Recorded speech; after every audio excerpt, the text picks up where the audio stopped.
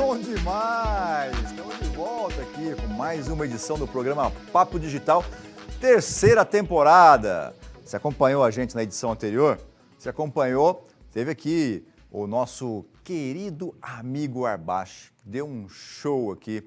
Nós falamos sobre assessment, falamos sobre perfil comportamental, falamos sobre assessment inclusive.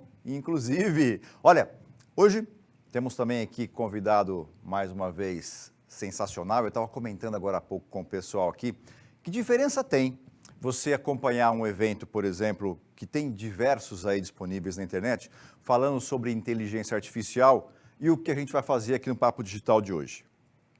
Eu posso afirmar para você que se você já teve, por exemplo, a busca por um médico, você vai num médico que é um médico generalista, né, um clínico geral, e ele após uma consulta te manda para quem? Para um especialista. E aqui no Papo Digital a gente sempre traz para você o especialista no tema. Não é alguém que é generalista, alguém que sabe falar sobre tudo, que obviamente tem a sua importância, porque traz contribuições e provocações, mas a gente tem aqui sempre alguém que conhece muito do assunto, por isso que você pode, inclusive, durante o programa, mandar a sua pergunta para que você receba uma boa resposta no final de alguém que realmente conhece do que vai falar para você aqui, tá bom? Bom, o que eu queria trazer aqui para você de início é uma pergunta, e aí depois eu vou trazer algumas informações. Provavelmente você no seu dia a dia interage com diversos sistemas, certo? Será que você já utiliza inteligência artificial e nem está sabendo? Será? E você sabe que hoje nós vamos falar aqui sobre inteligência artificial aplicada aí para fazer uma transformação dentro da área de RH e da área de T&D, certo? Então é o seguinte, eu vou dizer para você aqui, nos aplicativos, por exemplo, de rotas, o Waze, por exemplo, tem inteligência artificial. Você sabia disso? Olha, Google Maps, Waze, Uber, esses todos utilizam de inteligência artificial. Ou seja, então, se você utiliza um deles, você já está fazendo uso disso. Mas, assistentes virtuais, você utiliza algum? Ok, Google. E aí, se eu falei ok, Google e alguém estava com o celular aí perto da mesa, e se estava, por exemplo, com a caixa de som aberto, talvez o teu celular Android tenha respondido. Ou se eu falar, e aí Siri? E aí Alexa? Né? Se a gente falar isso, provavelmente alguns equipamentos respondem. Então, você também faz utilização aí, né, de alguns softwares de inteligência artificial. Sabia também que nos e-mails, tanto o Gmail como o Outlook também utilizam de inteligência artificial para fazer um filtro dos seus e-mails? Aqueles spams que às vezes incomodam tanto a gente, vai enchendo a nossa caixa, os e-mails também têm sistemas de inteligência artificial.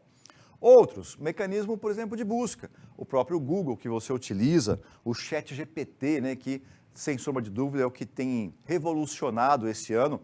Desde janeiro, praticamente só se fala em ChatGPT quando a gente pensa em inteligência artificial. E depois nós vamos perguntar aqui para o nosso convidado, será que é só isso? Claro que não, né? Mas vou perguntar para ele depois, só para provocar ele, porque ele é fera. Outra coisa, plataformas de streaming também utilizam. Você utiliza alguma plataforma de streaming aí? Será? Ô, Cris, eu não uso não. Usa sim. Será que você não tem Netflix aí? Será que você não tem algumas dessas ferramentas, dessas plataformas que a gente utiliza para assistir filme ou mesmo para ouvir música, como é o caso do Spotify? Mas, reconhecimento facial, você utiliza para desbloquear teu celular?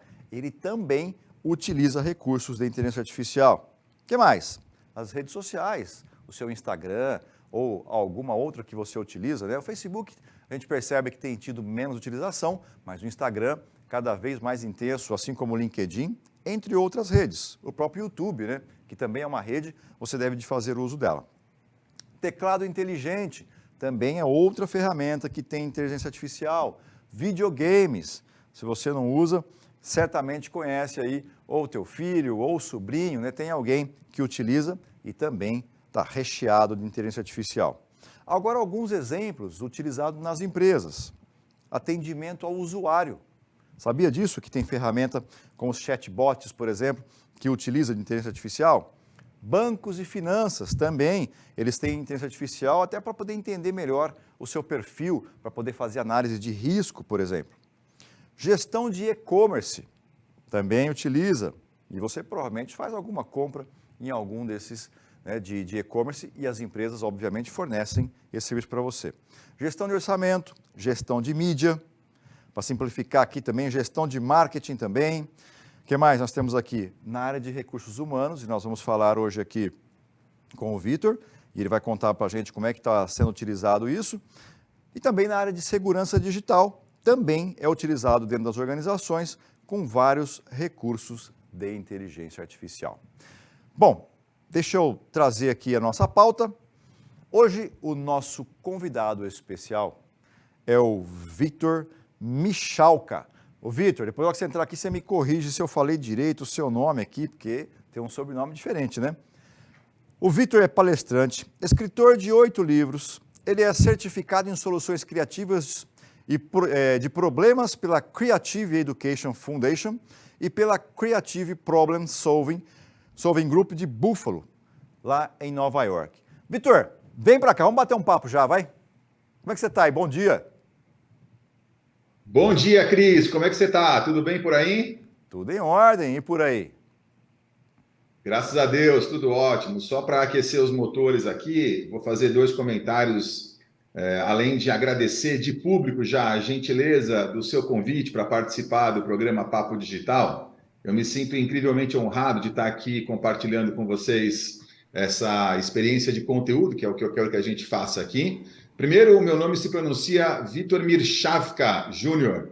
E eu vou te garantir que eu tenho uma coleção enorme das maneiras engraçadas ou divertidas, erradas, é claro, que as pessoas escrevem ou pronunciam o meu nome, porque meu pai nasceu na Ucrânia, e aí você imagina que transportar o nome dele em cirílico, que é o alfabeto ucraniano, para o nosso aqui, foi complicado. Então é Michalka. Mas aí é uma brincadeira muito legal, eu estou sempre colecionando aqui as formas engraçadas que o pessoal me chama, é muito legal. A outra coisa que eu queria já começar falando, para a gente fazer o nosso bate-papo, é sobre a definição de especialista e generalista. Eu tenho certeza que o pessoal que assiste o Papo Digital está atrás de informações qualificadas, de experiências práticas, da demonstração no dia a dia de como é que se aplicam os conteúdos da pauta do programa, e é o que a gente pretende fazer aqui. Mas já vou te adiantar, fazendo uma provocação, que possivelmente, tendo em vista o nosso assunto, que é o uso da tecnologia com um foco maior em inteligência artificial, e você citou tantas formas incríveis pelas quais a gente já usa isso no dia a dia, às vezes sem perceber, e eu diria que com foco maior ainda em inteligência artificial generativa, acho que o termo especialista é uma coisa que hoje tem duração de 2, 3, 4 meses apenas, tendo em vista o ritmo das mudanças efetivo no mundo atual. Eu acho que é legal a gente lembrar, e você, por favor, vai me interrompendo com as suas provocações, fica à vontade, é legal a gente lembrar o seguinte: para o cérebro humano, a sequência de números 1, 2, 4, 8, 16, que é uma curva exponencial e que de vez em quando desemboca na afirmação de que se você dobrar uma folha de papel normal 42 vezes, que é uma curva exponencial também, a espessura dela fica equivalente à distância entre a Terra e a Lua. Para o ser humano, a curva exponencial não é uma coisa fácil de entender organicamente, mas as tecnologias, especialmente as de inteligência artificial, amparadas em tantas outras que estão surgindo ou já se consolidaram aí nos últimos anos, elas obrigam, elas colocam um ritmo de mudança efetivamente exponencial no mundo de hoje. Para o ser humano, falei, já é difícil a gente acompanhar, para o nosso cérebro, organismo biológico, é difícil acompanhar, mas aí o título de especialista tem que ser revisto a cada 2, 3, 4 meses, que é mais ou menos o tempo que afirmam hoje os especialistas demora para dobrar o poder computacional, ou de interpretação, ou de alcance de um chat GPT, um LLM, que nem você falou. Então, acho Entendi. que isso é um bom contexto para nós começarmos a conversa. Você sabe que eu tenho visto muitos influencers de rede falando sobre inteligência artificial, falando sobre inovação, e aí assim, né? São muito mais repórteres do que especialistas, né? Porque é impossível o cara ser generalista de tanta coisa e poder falar a respeito do assunto. Então, mais uma vez, quero te agradecer, porque é muito difícil a gente conseguir uma pessoa do teu conhecimento estar participando para falar de um tema que é cada dia mais atual E assim, né? Não dá para falar de inteligência artificial sem pensar em inovação. Porque eu diria até que esse ano foi uma revolução. Na minha visão, o ChatGPT, quando apareceu e quando veio a inteligência artificial, como nós estamos vendo nos dias de hoje, para mim ela é uma revolução. E eu não via isso há muito tempo, talvez desde do surgimento, se é que essa palavra é correta, mas desde o surgimento da internet em 95, ou um pouco antes. Então, isso para mim foi a nova curva. E aí eu queria já aproveitar, Vitor, te provocar quando a gente fala na questão de inovação, para trazer para dentro da nossa temática aqui, o que significa inovação dentro da área de RH e TI&D, antes da gente já começar do assunto de inteligência artificial? O que significa essa inovação? Eu vou construir aqui uma linha de argumentos para poder chegar na resposta ao que vem a ser inovação em RH e TI&D. Agora, lembrando, o nosso tema aqui é futuro, mas o futuro é já. E por que o futuro é já, Cris?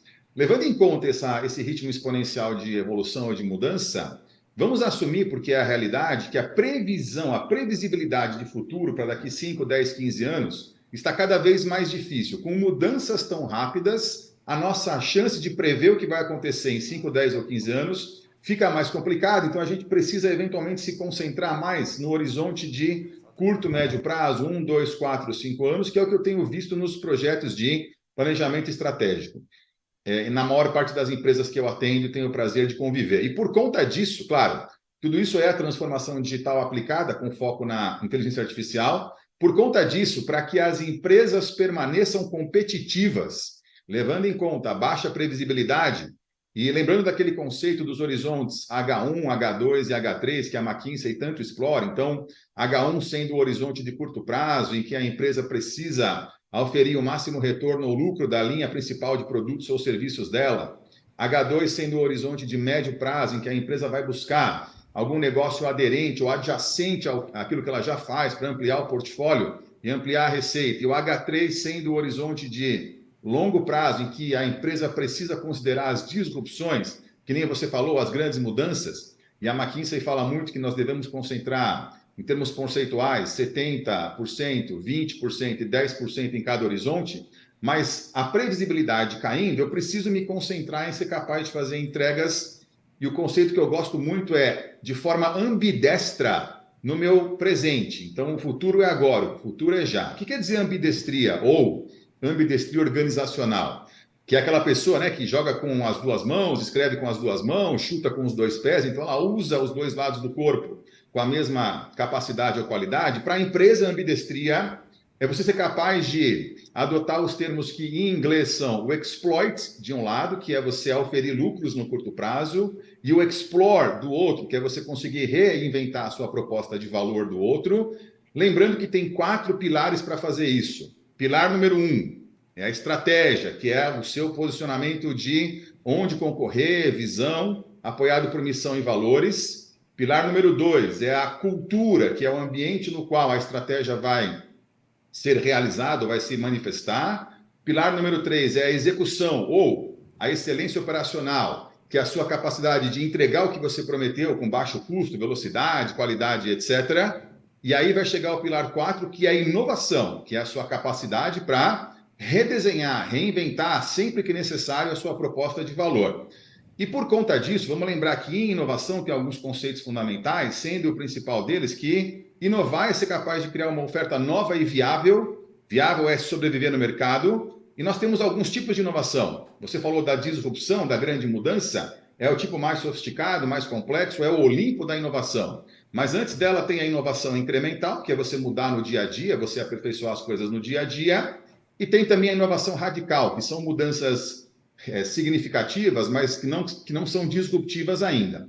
Então, falando tudo isso, o que vem a ser inovação em RH, em TI&D nesse momento? Basicamente, é um RH associado a um TI&D. Eu estou assumindo aqui, a gente vai falar um pouquinho dos dois juntos, quase que o tempo inteiro, RH e TI&D.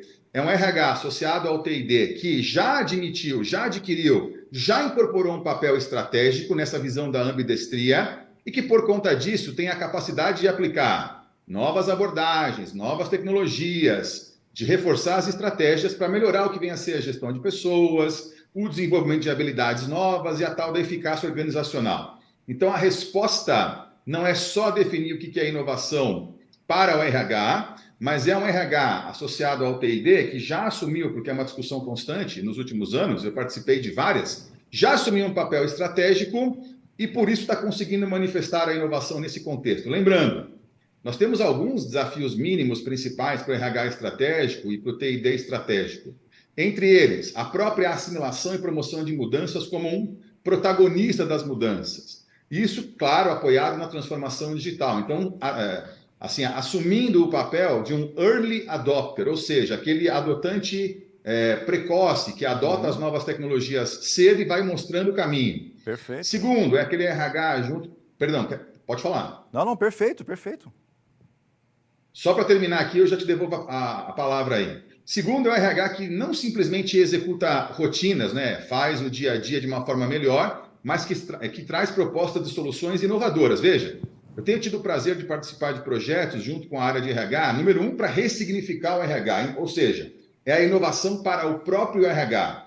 E número 2, projetos que têm a ver com os novos desafios de capacitação, treinamento, desenvolvimento, recrutamento, seleção, não importa. E por alguma coincidência, Cris, não sei se é por causa da minha idade, já estou numa fase do RG avançado, é ou não é? Eu tenho tocado estou tocando 5 ou 6 projetos ao mesmo tempo aí de trainees ou de estagiários ou de novas lideranças que são um microcosmo muito legal para falar do novo RH e novo TID. E para fechar aqui em termos dos desafios da inovação, aquele RH que compõe equipes de alta performance e que de uma forma muito objetiva e muito assertiva implementa e usa as tais metodologias ágeis para ser mais efetivo nas suas entregas. Então, minha visão nesse momento, minha visão é essa. Lembrando, o que eu falo, claro, é um recorte pessoal, mas que está amparado, primeiro, em práticas de mercado, e segundo, no que tem aí de estado da arte em literatura na área de gestão.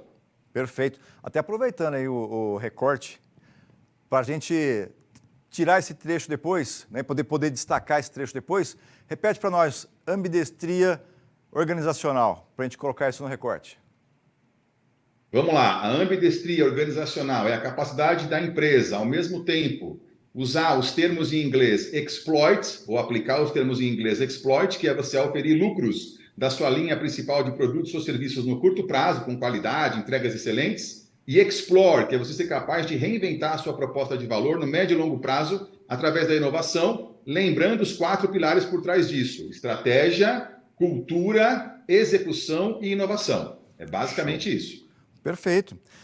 A próxima que vem para a gente aqui no roteiro é o seguinte: quais são as principais tendências que vão afetar diretamente e rapidamente as áreas de TID e RH?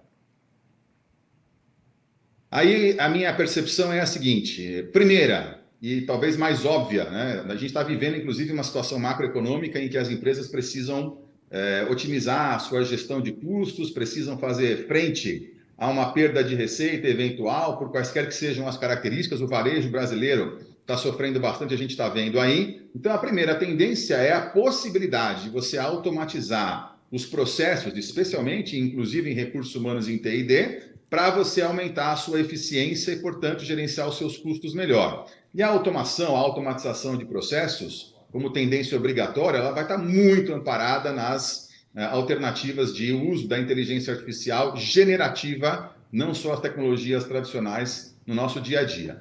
Segunda tendência que está se confirmando, então quando eu falo tendência, é já para a gente imaginar que é alguma coisa de 1, 2 anos, mas que está acontecendo já está desenhada agora. É o aproveitamento das tecnologias de armazenamento em nuvem, né, o cloud, e o acesso a grandes volumes de dados, o Big Data, para que se aplique o Analytics. Então, é Cloud mais Big Data mais Analytics, gerando inteligência para você fazer a gestão de pessoas, que é o People Analytics. Então, se nós temos um mapa de indicadores de desempenho bem desenhados, eu tive o prazer de assistir aí no Papo Digital, dia desses, o Daniel Costa falando sobre OKRs e KPIs, né? Muito legal o programa. Se nós temos um mapa de indicadores bem desenhados e eu tenho plataformas tecnológicas que me permitem, eu vou aplicar as tecnologias muito relevantes que eu acabei de citar para fazer a gestão das pessoas, que é o People Analytics. Uma terceira tendência, e essa eu vou citar, porque eu tenho escutado, vamos chamar assim, eu tenho escutado desafios de gestores de recursos humanos no convívio do dia a dia. A gente poderia chamar de pain points, se fosse uma abordagem do design thinking, a gente poderia chamar de problemas ou preocupações. é o desafio de você encontrar pessoas para conseguir expandir a tua empresa ou manter a operação dela. Eu estou falando isso porque eu ouvi de 3 ou 4 grandes corporações nos últimos 2 meses, tá? Que o único motivo pelo qual elas não conseguiam expandir ou manter a receita era a falta de gente. E aí qual é a tendência que eu vou associar a isso? Ela foi inclusive tema de um evento para todo o RH de uma grande corporação aqui no Brasil. Eu não vou citar nomes por questões éticas, evidentemente, para preservar o sigilo estratégico, mas é o Employer Branding ou o Employer Value Proposition. Então, é a forma de você destacar a sua marca empregadora ou a sua proposta de valor empregadora e a gestão da experiência do colaborador, que é o Employee Experience. Para que isso? Se você está preocupado em atrair pessoas ou manter pessoas, além de todo o ciclo, né, de identificação, atração, seleção, contratação, retenção de talentos, a gente tem que lembrar que a marca empregadora, ou seja, a forma pela qual o eventual colaborador, o potencial colaborador enxerga a tua empresa, o RH tem muita participação nisso, o TID também, a marca empregadora é uma coisa cada vez mais importante, porque talvez seja um dos fatores, se não um dos principais, que vai garantir que você consiga atrair as pessoas e mantê-las com você. Tem tantas outras tendências ainda, como, por exemplo, a ascensão dos softwares para gestão de talentos, a ascensão do ecossistema, essa eu acho que é muito importante, o ecossistema de inovação, é claro, de fornecedores de serviços e funções de negócio para RH. Isso inclui startups e inclui também as grandes empresas que já estão consolidadas. Então, entre as startups, as HR Techs, HR Techs, ou as EdTechs, que são as startups que lidam com soluções bem customizadas para recursos humanos ou para educação corporativa, e as grandes empresas. Entre as tendências, e eu tenho visto isso também no dia a dia, é a permanência, porque parece que é uma das poucas coisas que vai ficar da pandemia, do modelo híbrido de trabalho, e eu vejo hoje discussões intermináveis nas corporações que estão tentando trazer as pessoas de volta para conviver no seu prédio central, no seu headquarters. Então, quantos dias eu mantenho a pessoa no home office, no modelo híbrido? Quantos dias ela tem que voltar para a corporação aqui? Mas, pelo visto, é uma coisa que vai ficar, que é o modelo híbrido de trabalho. Vou falar mais uma ou duas e vou falar a última, que eu acho que vai ser a mais importante para o nosso papo de hoje, pelo menos. A tendência obrigatória daquela expressão americana, ou daquelas expressões americanas, lifelong, life-wide learning, que não são de minha autoria. O life-wide vem do Conrado, um grande especialista aí na área de educação e capacitação. Então, é o aprendizado para a vida toda, mas por todos os cantos da vida, associado ao microlearning, que é o aprendizado em pílulas. A tendência fundamental da gente acolher com todo cuidado as questões de ESG, que vão desembocar em diversidade, equidade e inclusão, que tem impactos fundamentais para as lideranças, que têm que ser humanizadas, é claro, mas daqui em diante, que é o nosso foco da conversa de hoje, e olha que tem mais tendência ainda, tá? Acho que a tendência de adoção dos modelos de linguagem ampla, os LLMs, ou seja, a inteligência artificial generativa no dia a dia, e as outras soluções de inteligência artificial para potencializar o trabalho do RH, essa vai entrar com muita força e eu diria muita contundência, porque ela é uma das mais velozes em termos de transformação. De novo, é um recorte pessoal, mas agora eu imagino, porque eu tenho visto isso no dia a dia, Cris, como é que fica o desafio do profissional de recursos humanos, e ele é enorme e complexo, e do profissional de TI&D, para você primeiro mapear essas tendências todas. Segundo, para você se capacitar para saber o que fazer em relação a elas. E terceiro, como é que você vai embasar as decisões estratégicas da tua empresa, do teu conselho, do teu board, em termos de foco, aonde você vai colocar os teus esforços nessas tendências todas. Legal. Eu quero aproveitar até um gancho, né, desses que de vários temas que você trouxe aqui. Eu sinto que a gente precisa cada vez mais investir no marketing interno, né? Como você falou, de trabalhar com os colaboradores, né? Então, esse branding focado no nosso colaborador, apesar de poder parecer novo para algumas pessoas, eu me recordo daquele livro Feitas para Durar. Não sei se você chegou a ler esse livro, né? Ele conta algumas histórias das empresas centenárias, não é isso? E aí, parte lá, você tem, acho que era da Mercedes, por exemplo, que os caras faziam até tatuagem, né, da Mercedes no braço, no ombro, né, de carregar a marca. E aí, recentemente, eu estive nos Estados Unidos e pude acompanhar duas grandes marcas que estavam lá. Uma delas é o UFC, né, hoje de luta, o quanto eles trabalham de forma que as pessoas querem ter os produtos, ter contigo a marca, né, o cuidado que tem em tudo, na mochila, na camiseta, no guardanapo, na comida que está na geladeira, tudo aquilo com aquele reforço e as pessoas querem carregar com elas a marca da empresa. Achei até interessante que eu peguei um guardanapo, por exemplo, lá, e aí foi num outro evento que eu fui, um evento de liderança, e esse evento, Vitor, é o maior evento de liderança do mundo, que aconteceu lá em Chicago, e os guardanapos que você recebia na mesa, cada guardanapo tinha uma coisa diferente. Tinha, por exemplo, jogo da velha para você fazer no guardanapo, outro tinha caça-palavras. Então, é o tempo inteiro fazendo com que você, tenha algo para fazer, que você se conecte com a marca. E eu percebo que cada dia que passa mais, as empresas têm que se preocupar com isso. Apesar de não ser novo, parece que isso está voltando de forma mais intensa, né? Posso comentar um pouquinho sobre isso, Cris? Por favor. Eu já falei brincando que eu sou do RG antigo, né? E no meu tempo de RG novo, né, há uns anos atrás, a gente admirava as culturas corporativas de grandes corporações, como, por exemplo, a IBM.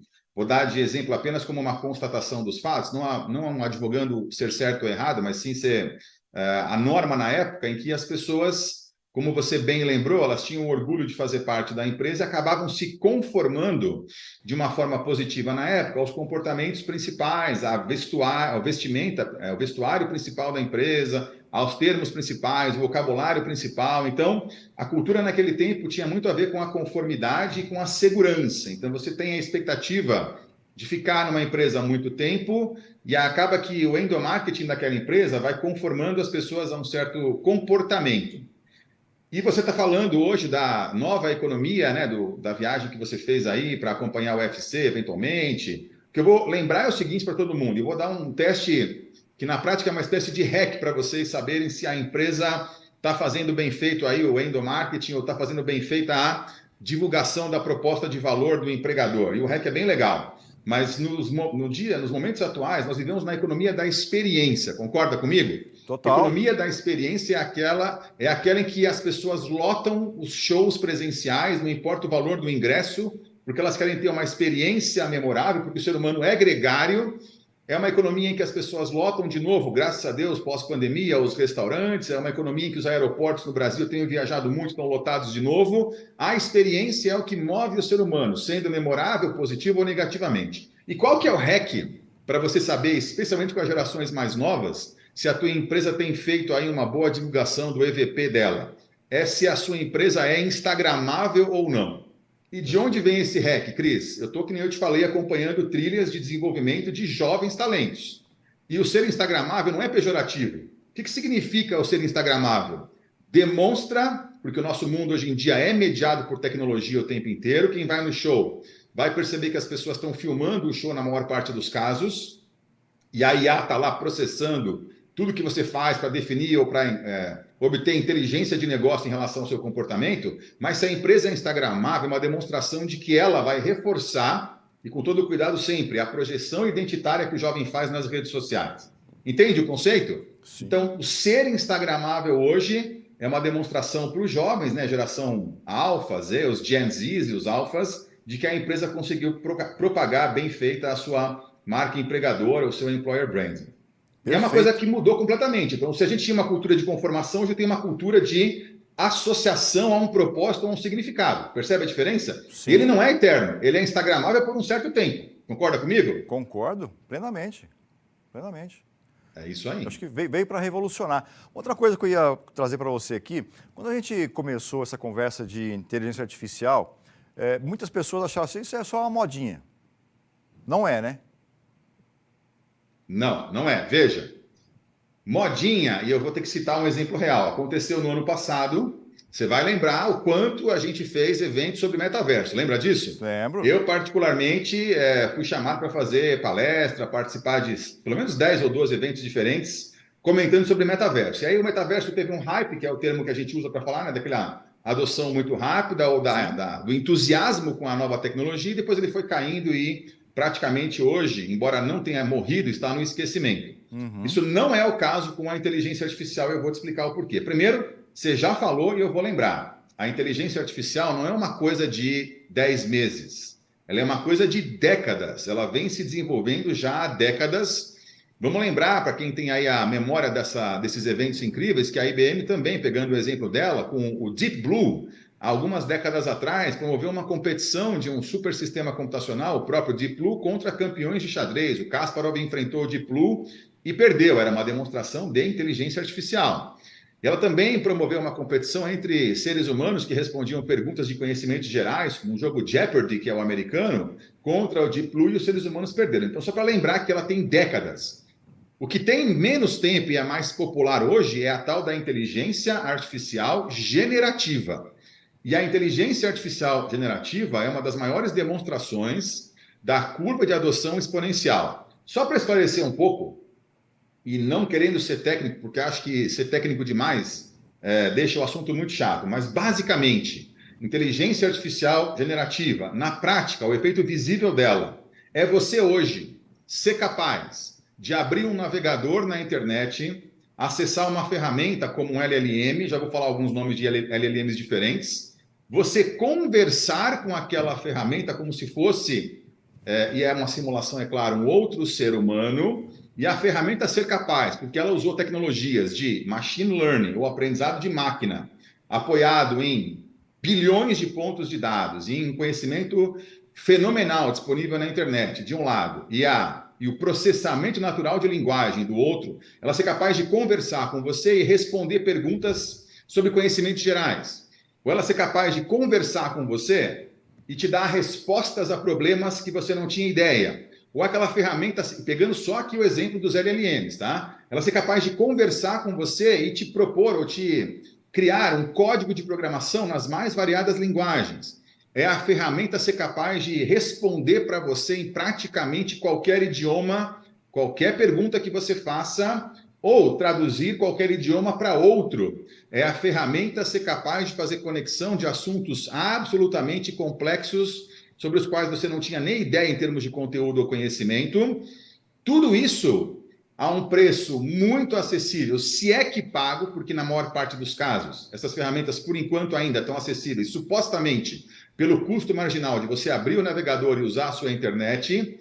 E aquelas que têm assinaturas, elas cobram um preço muito baratinho ainda, portanto, é a disponibilidade de um lado, é a qualidade do que elas entregam do outro, em termos de resultado ou conteúdo.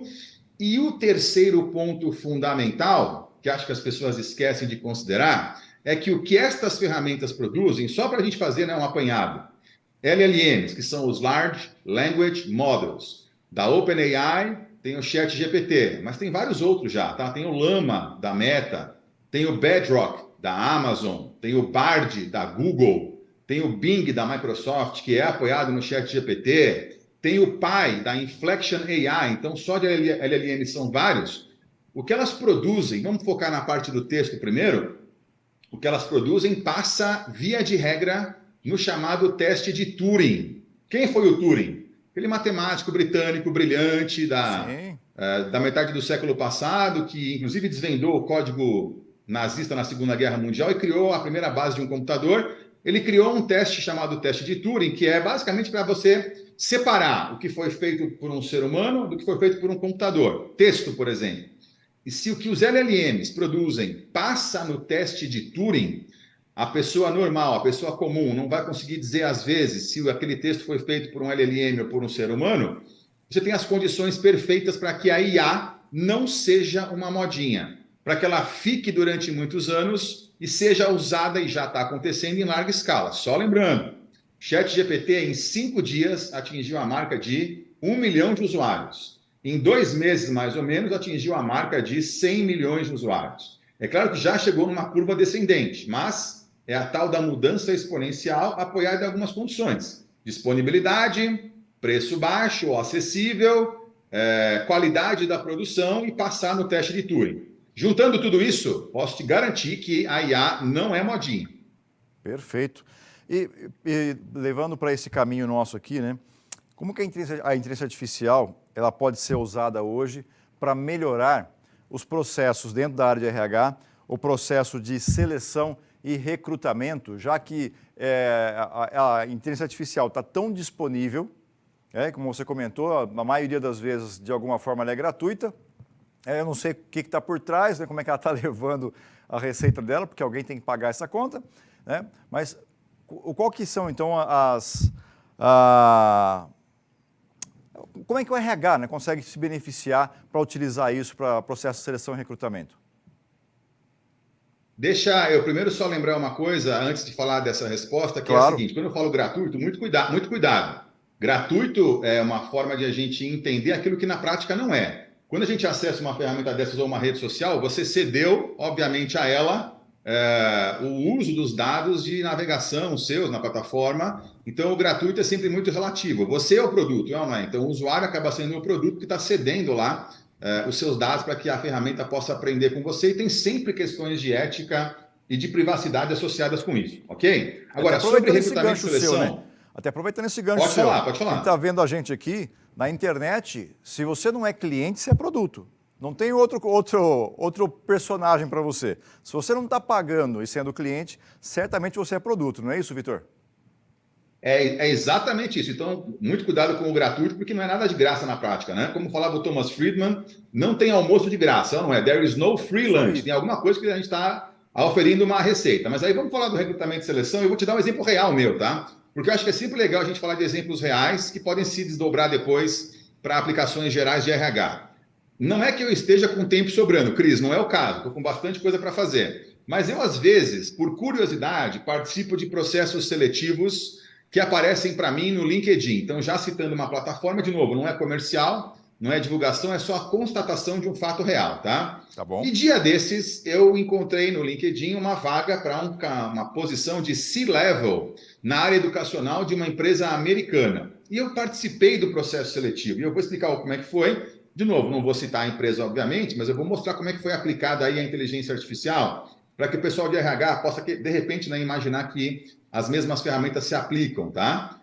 Primeiro, onde que o LinkedIn encontrou para aprovar a minha primeira participação na submissão da vaga? Onde que ele encontrou a adequação do meu perfil para me fazer passar pela primeira etapa de triagem? Usando um robô de investigação do próprio LinkedIn, né, um robô de inteligência artificial, para rastrear os perfis de LinkedIn e fazer uma primeira verificação de fit ou de adequação com o perfil da vaga em relação ao meu perfil disposto nas redes sociais. Então, primeira coisa, a inteligência artificial pode, por exemplo, fazer uma triagem com um alto grau de precisão de perfis em plataformas profissionais, que nem o LinkedIn, como podia fazer de currículos em PDF. O que eu tenho escutado hoje é que praticamente não se usam mais currículos para fazer triagem e seleção, as grandes corporações, é claro, mas muito mais os perfis. Segunda coisa que depois eu fiquei sabendo, porque eu perguntei para a empresa, e ela era obrigada a deixar publicamente os termos do seu processo seletivo, para eu passar para a segunda etapa do processo seletivo, sem falar com ninguém, tá? Então era uma vaga lá, repito, de C-Level na área educacional, uma empresa americana, sede nos Estados Unidos, tecnológica. O robô de inteligência artificial da empresa foi fazer uma análise minha da minha presença digital em tudo o que é possível nas redes sociais. E aí, Cris, você imagina por que ela fez essa análise? Qual o motivo de fazer a análise em rede social?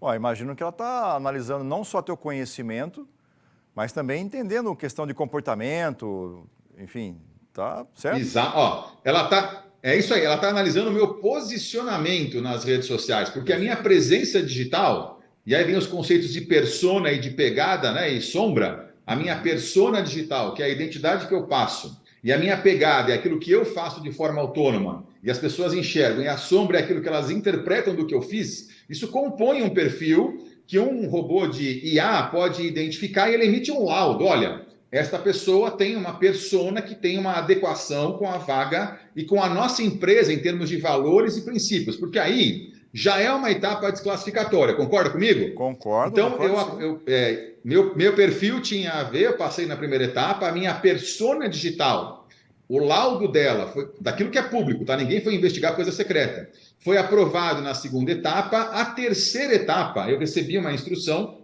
para gravar um vídeo me apresentando, primeiro, e a segunda coisa a fazer era gravar um segundo vídeo explicando por que motivo eu achava que tinha condições de me candidatar àquela vaga. E eu recebia os links para gravar o vídeo, a gravação e o agendamento, todos gerenciados por ferramentas automáticas de automação, com inteligência artificial embutida. Fui lá, gravei os meus vídeos curtos, obviamente tinha que ser em inglês para poder mandar para essa vaga, porque a fluência em inglês era necessária. E aí, sabe o que a ferramenta de IA fez com os meus vídeos antes de mandar para a entrevistadora, que foi a quarta ou quinta etapa só, Cris?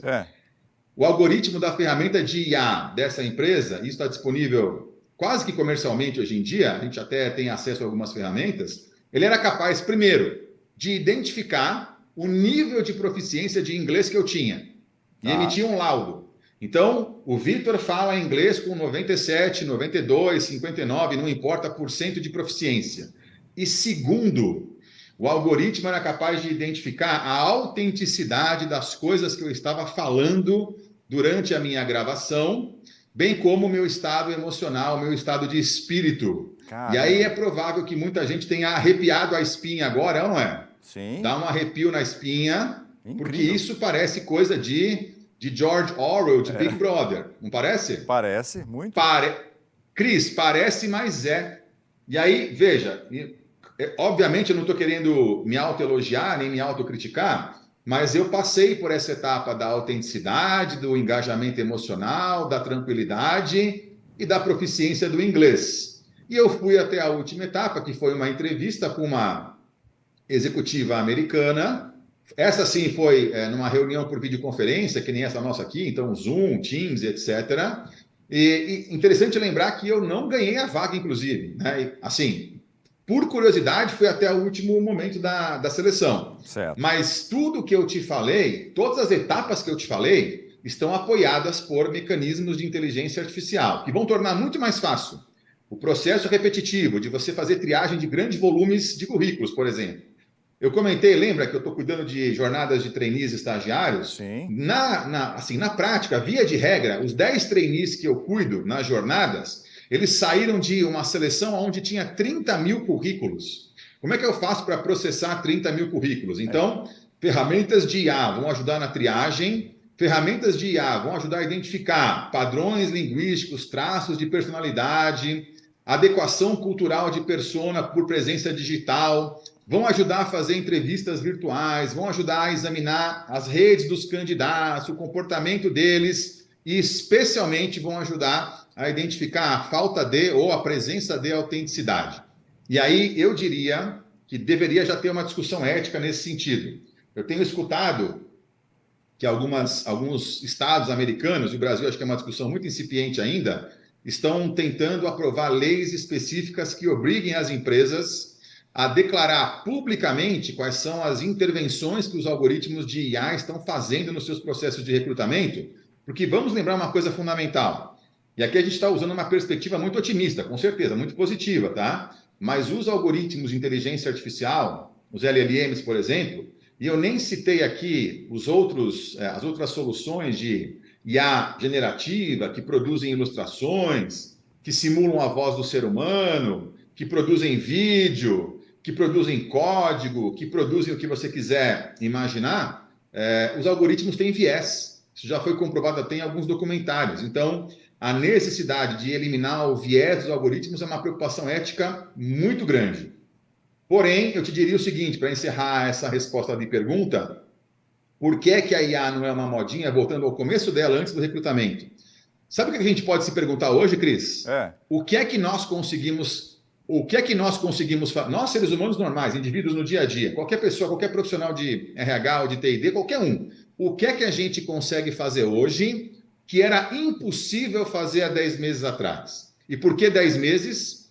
É a data em que foi lançado o ChatGPT e que ela deu, né, a ignição, ela disparou essa revolução toda e a resposta vai ser múltipla. O que eu consigo fazer hoje que eu não conseguia fazer há 10 meses atrás? Eu consigo falar qualquer idioma, eu consigo fazer ilustrações que eu não conseguia, eu consigo programar, eu consigo fazer textos em questão de minutos. As empresas grandes, e tem um exemplo brasileiro incrível, conseguem fazer peças comerciais e anúncios, trazendo de volta à vida artistas consagradas, mas já falecidas.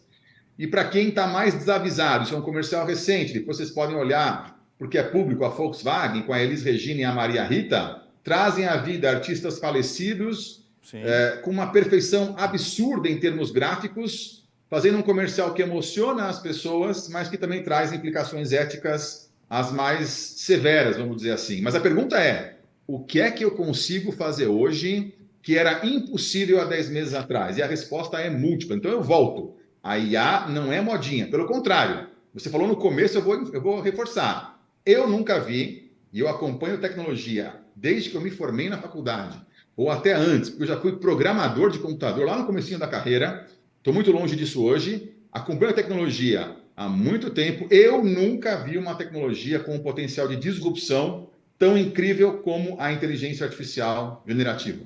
Perfeito. E você sabe que você comentou, né, esse comercial da Volkswagen, o sindicato, né, de Hollywood está um movimento muito grande de greve dos artistas, porque a inteligência artificial pode substituir qualquer um daqueles personagens para fazer um filme. E se você pegar o primeiro episódio da última temporada do Black Mirror, é exatamente isso que eles mostram nesse primeiro episódio. E colocam, inclusive, a personagem numa situação degradante, né? E ela fica incomodada por isso. Fala, pô, você está me representando, né? A inteligência artificial está me representando numa situação que você está me ofendendo com essa representação, né? Essa é a discussão que a gente pode começar a fazer agora, mas não vai terminar antes do próximo ano, com certeza, né? Porque ela tem uma série de implicações. Ela volta naquele princípio básico que eu te falei. Quando a inteligência artificial produz alguma coisa que fica tão boa quanto, ou melhor do que aquilo que um ser humano faria e passa no teste de Turing, ela abre ou escancara a porta para a adoção em larga escala.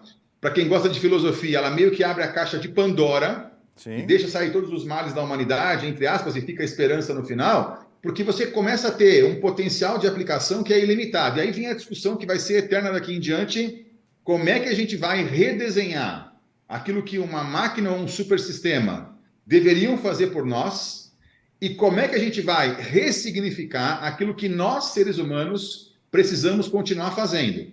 Que é uma discussão que eu faço usando as expressões high-tech, que é a tecnologia de um lado, e high-touch, que é aquilo que é essencialmente humano do outro. E aí você vê, os atores de Hollywood, as atrizes, os roteiristas e todo o pessoal que está associado à indústria do entretenimento, que é a criação de capital intelectual de uma forma ou de outra, eles estão reagindo já e preocupados porque o potencial disruptivo do que se chama de deslocamento de trabalho ou de empregos, ele é muito grande. Vou te confessar, não sei a resposta. Eu só sei que é uma pergunta que nós precisamos fazer. E eu uso o conceito, para falar dessa pergunta, do mapa crítico ou mapa estratégico de funções. Não sei se o Juliano consegue pôr na tela para a gente o slide 19. Eu mandei para ele um material, que acho que é legal a gente falar disso agora, Juliano.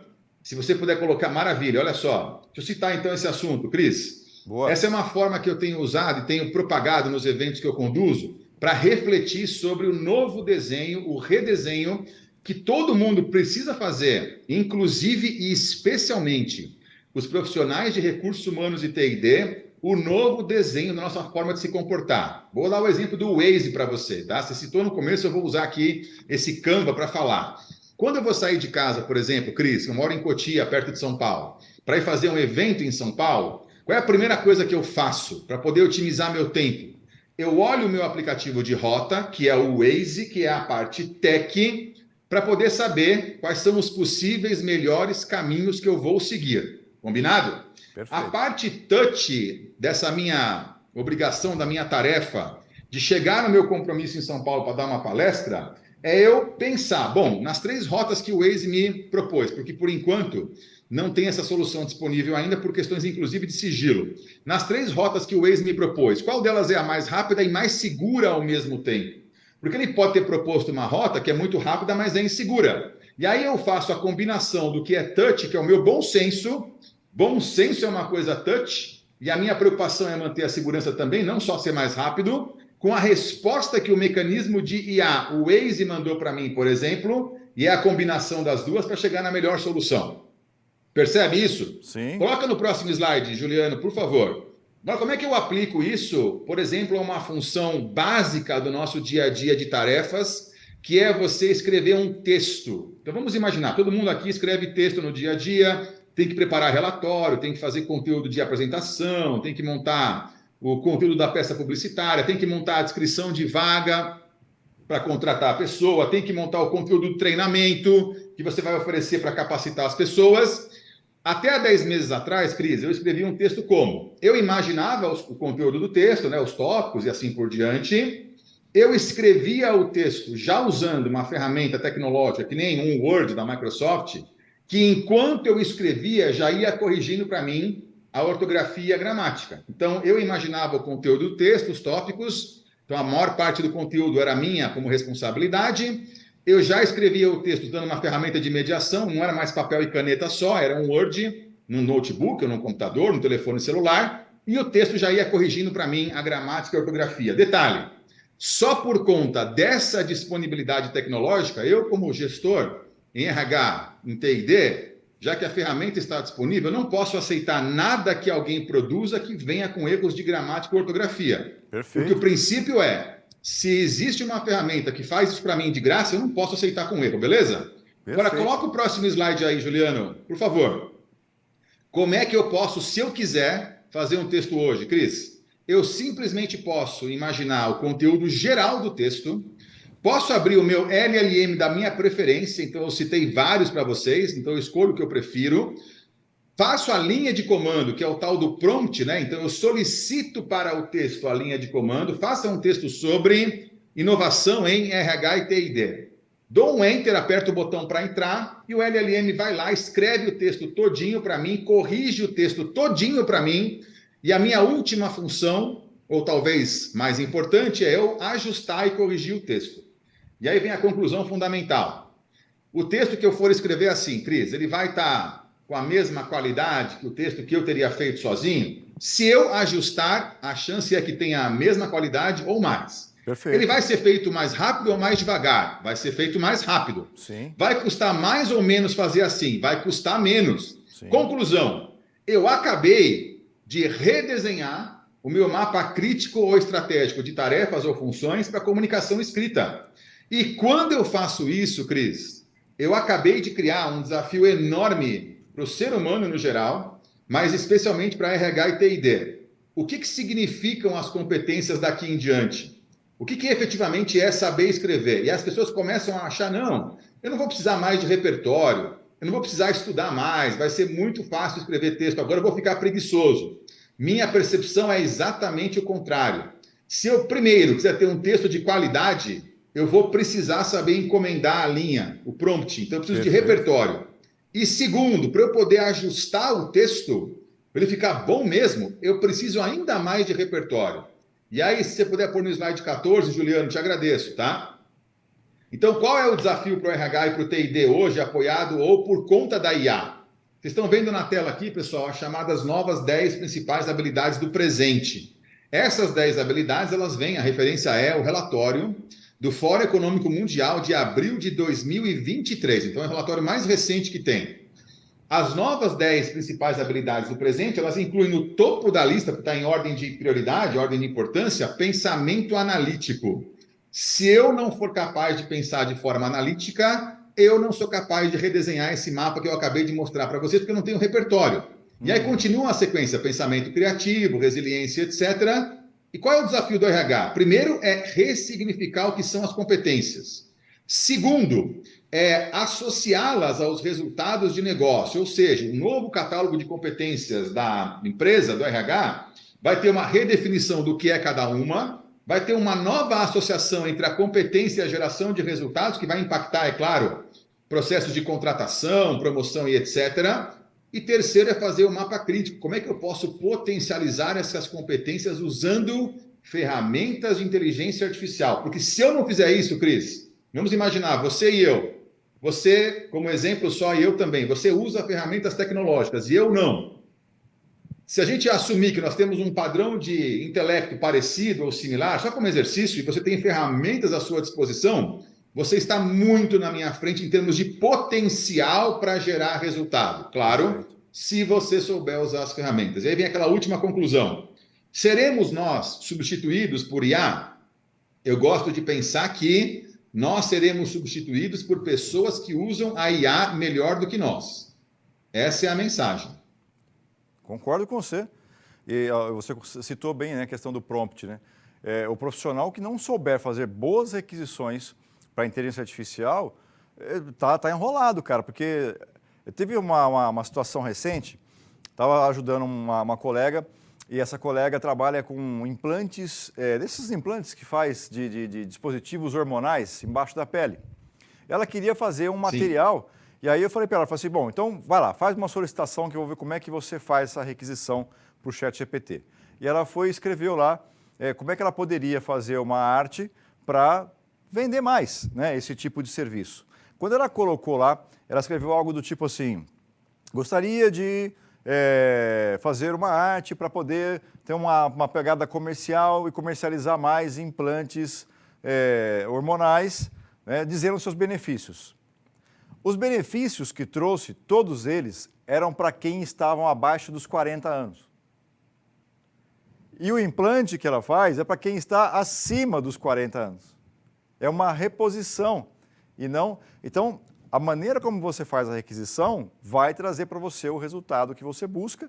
Fez a requisição errada, vai trabalhar com a informação errada. Exatamente. E aí, olha que interessante. Quanto mais você desenvolver a habilidade analítica de conversar com um LLM para ir melhorando o seu prompt, tanto mais incrível vai ser a resposta que ele vai te dar. Em todas as aulas que eu tenho promovido recentemente, Cris, nos cursos de pós-graduação em MBA da USP, da FIA, eu tenho o prazer de fazer parte do corpo docente da FIA USP, com a professora Renata Nieto. Eu tenho feito o desafio para os alunos de usarem ferramentas de IA para serem criativas, entre aspas, tá? E um dos exercícios mais legais eu fiz na semana passada com uma turma de inteligência de mercado e negócios e vendas, mas também com RH, já fiz antes, é você perguntar para o ChatGPT ou para outro LLM quais são as melhores ideias de startups, por exemplo, que você pode sugerir para o mercado brasileiro, levando em consideração, e você vai dando os parâmetros, né? Quanto melhor a encomenda, e veja, o ChatGPT hoje em dia já pode pesquisar a internet recente, com os conhecimentos recentes, porque a versão gratuita fala que ela só vai até setembro de 2021 em termos de conhecimento acumulado, né? Uhum. Mas o atual, a versão paga, você pode pesquisar a internet e as respostas são assustadoramente... elas têm uma qualidade assustadora. Então, quanto melhor a encomenda, quanto mais parâmetros você dá, portanto, mais pensamento analítico, você tem respostas melhores. Isso requer que o RH e o TID, repito, acho que é um dos maiores desafios que o RH e o TID têm hoje, redesenhem o catálogo de competências. Redesenhem a conexão das competências com os indicadores de negócio da empresa. Porque tem que ser um RH estratégico, um TID estratégico. E, por último, ajudem o colaborador ou ensinem como a redesenhar o mapa crítico ou estratégico para potencializar os resultados no dia a dia. Isso, Cris, é um conhecimento, é uma habilidade que a gente só poderia ter desenvolvido nos últimos 10 meses. E a cada 4 meses, porque falam que o ChatGPT dobra de poder a cada 4 meses, você tem que repensar como é que você interpreta essa capacidade. Então, aquele termo especialista, ele fica mais sujeito a mudanças repentinas, mas se a gente não fizer isso, a gente está automaticamente ficando para trás em termos competitivos e não vai exercer a tal da ambidestria. Perfeito. Eu tenho um monte de perguntas para você aqui, eu vou ser direto nelas para a gente ganhar tempo, porque está todo mundo curioso aqui para fazer perguntas, viu? Bom, sabendo disso tudo, quais são as principais, por exemplo, barreiras hoje que o RH enfrenta para implantar essa evolução tecnológica, seja de Big Data, inteligência artificial, quais são as principais barreiras? Eu vou citar algumas barreiras, entre elas a principal, que é inerente ao ser humano em qualquer setor, em qualquer departamento, mas no RH também, que é a nossa tradicional resistência à mudança. A gente se acostuma a fazer as coisas de uma certa forma e qualquer impacto, tentativa ou sugestão de mudança, ela vai acionar lá um mecanismo de prevenção ou de preocupação, vai acionar algum tipo de medo. Então, a primeira barreira é a mais tradicional que a gente enfrenta nos programas de transformação digital em qualquer empresa, em qualquer departamento, que é a resistência à mudança. Acho que a segunda barreira tem a ver com o viés ou com a mentalidade ou com o mindset. E o viés é o seguinte: se eu começar a implementar as ferramentas de inteligência artificial, daqui a 3 ou 4 meses não serem mais necessário. E acho que esse viés ou mentalidade a gente só trabalha da seguinte maneira: eu preciso aceitar e assimilar que essas ferramentas novas chegaram para eu poder fazer o meu trabalho muito melhor, mas certamente de uma forma distinta. Então, eu vou ter que redesenhar o meu trabalho. Se eu quero eliminar o viés, ou a mentalidade, ou o paradigma, ou o medo de que ao implantar as ferramentas tecnológicas, eu vou perder o meu espaço.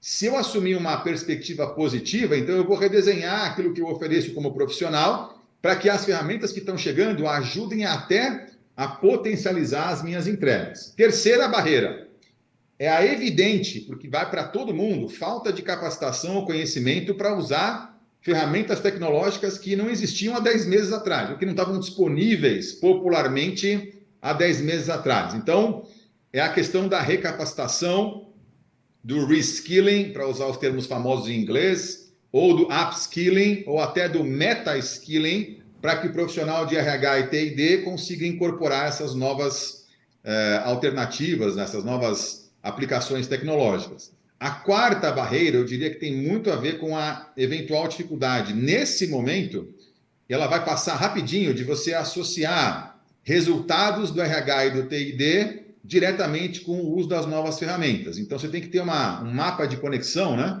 Um mapa de processos que associa com clareza os indicadores de desempenho de RH e TI&D com as ferramentas novas. Isso já acontecia antes da IA, a gente já encontrava várias vezes dificuldades para você correlacionar indicadores de desempenho de TI&D e RH com as iniciativas feitas por esses departamentos. Posso dizer isso por ter frequentado durante anos e continuar frequentando o CBTD, que é o Congresso Brasileiro de Treinamento e Desenvolvimento, ou os eventos da BRH, e sempre tem aquela discussão, como é que eu faço para justificar com indicadores? Então, por exemplo, o ROI, né, o retorno sobre o investimento, entre tantos outros indicadores, como é que eu faço para justificar com indicadores a importância do meu setor, do meu departamento, da minha área, da minha equipe, para que não pareça só um custo adicional, pareça um investimento. E por último, como é que você faz para enxergar e planejar e fazer a implementação das novas ferramentas com escalabilidade. Não adianta você querer achar que vai implementar ferramentas de inteligência artificial para casos particularíssimos. Você vai ter que procurar aplicações eventuais em que você possa escalar. Então, a escalabilidade está na chave, está na base de você conseguir otimizar custos de implantação de ferramentas de IA ou tecnológicas como um todo. Mas acho que eu citaria essas como as mais importantes por enquanto. Cris? Joia. A pergunta na sequência aqui, você já até abordou bastante dela, talvez a gente tenha pouco a acrescentar, mas ela diz o seguinte, ó, como desenvolver as habilidades do futuro / presente preconizadas pelo Fórum Mundial que você mostrou agora há pouco, né? Como que a gente pode, por exemplo, acelerar os desafios de reskilling e upskilling? Essa pergunta, praticamente você trouxe um bom contexto dela, né? Mas eu tenho mais um comentário, se você me permite, claro, pode ser? Por favor. Juliano, põe o slide 15 na tela, por favor, Juliano. Se você conseguir aí. Obrigado, Juliano. O que eu vou acrescentar de comentário a essa resposta, Cris, ou a essa pergunta como resposta é o seguinte. Acabei de citar os termos reskilling, upskilling e meta-skilling. Meta-skilling é novo Dentre pra as mim. Então, eu vou falar justamente sobre isso, né? Dentre as muitas estratégias que o RH e o TI&D podem utilizar para desenvolver as chamadas competências do presente ou do futuro, as habilidades novas, eu vou citar uma que eu acho que talvez seja daqui em diante a mais produtiva ou a mais efetiva, porque eu tenho visto acontecer em muitas empresas, que é basicamente o seguinte, e aí já vou explicar o meta-skilling, tá? Primeiro, é deixar muito clara e exposta a definição de qual é o catálogo de competências relevantes naquela corporação, que pode ou não ser uma lista parcial das habilidades do futuro, ou pode ser super particular, porque está feito ao negócio daquela empresa. Então, é clarificar, explicar, redesenhar, redigir qual é o catálogo de competências relevantes naquela empresa, porque esse catálogo baseia os processos de contratação e, em geral, baseia em termos de avaliação 360 ou de resultados, inclusive a avaliação de desempenho das pessoas e as premiações ou os bônus e etc. Depois que você deixa muito claro o catálogo de competências, você pode e deve disponibilizar, e foi tema de vocês aí, né? Alguma ferramenta ou algumas ferramentas de assessments nas quais as pessoas possam se identificar naquele catálogo de competências. Ou seja, elas possam entender a proficiência delas naquelas competências. Feito isso, então eu tenho clareza do que eu preciso entregar ou desempenhar. É o catálogo de competências. eu tenho clareza do meu desempenho ou a minha proficiência nesse momento. A terceira coisa é você disponibilizar o que eu vou chamar de um ecossistema de aprendizagem baseado em plataforma. O que quer dizer isso? É colocar à disposição dos colaboradores múltiplos recursos de aprendizagem, sejam eles microlearning, pílulas que vão chegar no celular, cursos online disponíveis na plataforma, eventos que a empresa promove com calendário fixo, possibilidade de você participar de cursos específicos para a sua competência, curadoria e indicação de recursos de aprendizagem que estão disponíveis de forma gratuita na internet. Então, você vai disponibilizar um ecossistema de aprendizagem e aí você vai estimular as pessoas a serem protagonistas na sua jornada de autodesenvolvimento. A pessoa já sabe, o colaborador já sabe quais competências são importantes para a empresa, como é que é o desempenho dele ou dela, pelo assessment em cada uma das competências. Aí ele olha esse mapa, esse ecossistema, e ele vai traçar a sua jornada para poder se autodesenvolver. Lembrando, duas estratégias possíveis. A primeira é você potencializar aquilo em que você já é muito bom, e a segunda é você tentar fechar os gaps naquilo que você não é o melhor possível. Eu gosto mais da estratégia de você potencializar o que você é muito bom, mas às vezes tem competências que você precisa garantir um patamar mínimo. E aí, onde é que entra o meta-skilling? Meta-skilling é basicamente o aprender a aprender, que é quando você, podemos chamar de metacognição também, é quando você assume a responsabilidade da sua jornada de aprendizado. Tudo isso, é claro, vai acontecer tanto melhor numa cultura que tenha, eu falei no comecinho, aquela noção do lifelong ou life-wide learning, e numa cultura que tenha gestão de consequências. Se você é protagonista, você vai ter a sua consequência positiva. Se você não é protagonista e você, na verdade, simplesmente não toma a iniciativa, não toma as providências de se autodesenvolver, também vai ter consequência.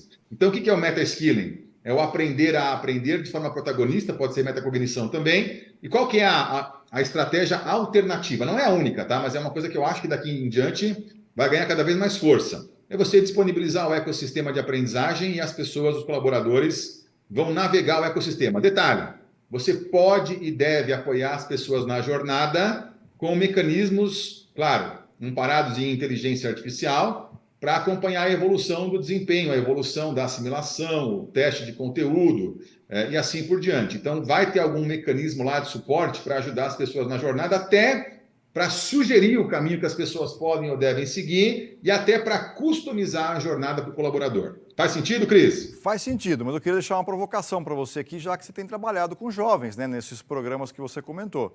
Como que essa geração nova está se encaixando com isso que você trouxe? Vou te dar a real agora, beleza? Claro. Então, a real está baseada em, de novo, nos 5 ou 6 projetos que eu estou tocando. Fazer o que eu acabei de falar requer um grau de maturidade talvez, ou certamente superior àquele que o jovem entrante tem na empresa. Então, se eu fosse te contar como é que é o desenho de jornada destes jovens, como é que é a trilha em todos os casos, sem exceção nessas trilhas para desenvolver as jovens lideranças, trainee, o estagiário, o potencial líder, nessas trilhas tem uma programação obrigatória de capacitação, que já foi desenhada antes. Obrigatória. Tá boa. Sujeita a você. Obrigatória. Não está sujeita a você escolher o que você vai fazer, então ela é obrigatória. Tem uma programação obrigatória, e em geral, em 2 etapas, né? De desenvolvimento de projetos com aplicação prática para a empresa. Então, eu tenho capacitação e treinamento, é uma coisa. A segunda, eu tenho a tradução da capacitação em projetos que têm aplicação prática e entrega de resultados. E terceiro, via de regra, sem exceção, Cris, tem mentoria.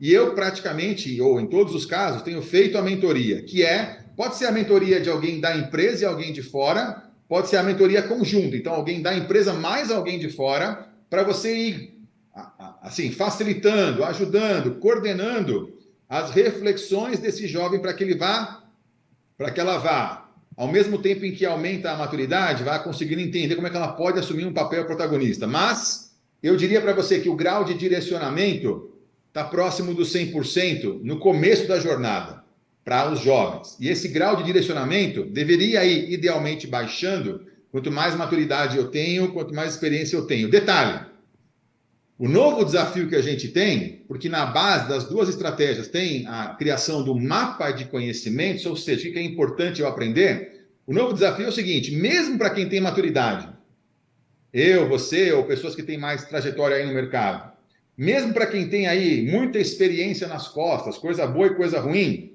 a gente tem que lembrar de uma frase que é a seguinte, que é atribuída ou ao Stephen Hawking ou também ao Chris Borstein, que é um historiador, um dos dois falou isso.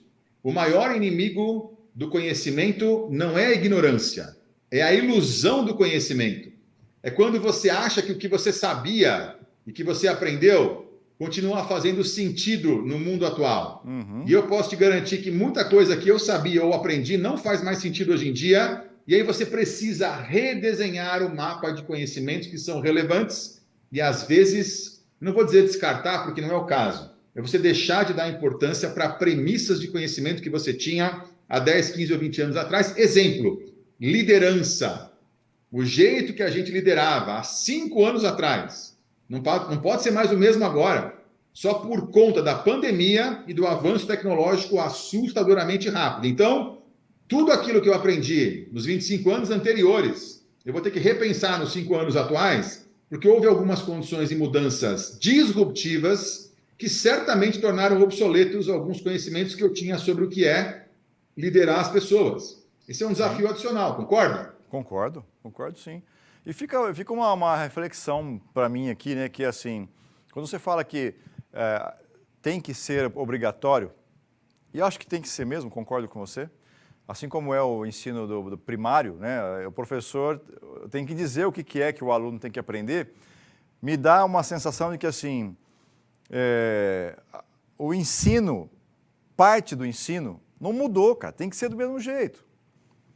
Muda a geração, e se fala muito em novos meios, em novos jeitos, que falam que a sala de aula não pode mais ser daquele jeito, uma carteirinha atrás da outra, não sei o que, papapá, mas que o ser humano continua funcionando do mesmo jeito. Cara, eu tenho uma trajetória acadêmica na minha vida também. Eu já fui professor de faculdade, diretor de pós, pró-reitor de universidade. Hoje em dia estou pouco fazendo isso, a não ser as aulas de pós na USP e na FIA, para não perder, né, o hábito, e eu adoro fazer isso, mas essa é a discussão mais difícil para as escolas hoje, Cris. O que é que a gente vai ensinar daqui para frente e de que forma a gente vai ensinar? Porque se você faça o teste, não sei se você tem filho, se tem sobrinho, ou algum jovem adolescente na família, faça o teste e pergunte para a escola do seu filho, e eu já fiz isso várias vezes antes, porque eu atendo escolas também, pergunte a ela se fosse liberado usar o chat GPT ou qualquer outro LLM e ferramentas de IA, quanto do que ela faz hoje ainda teria sentido?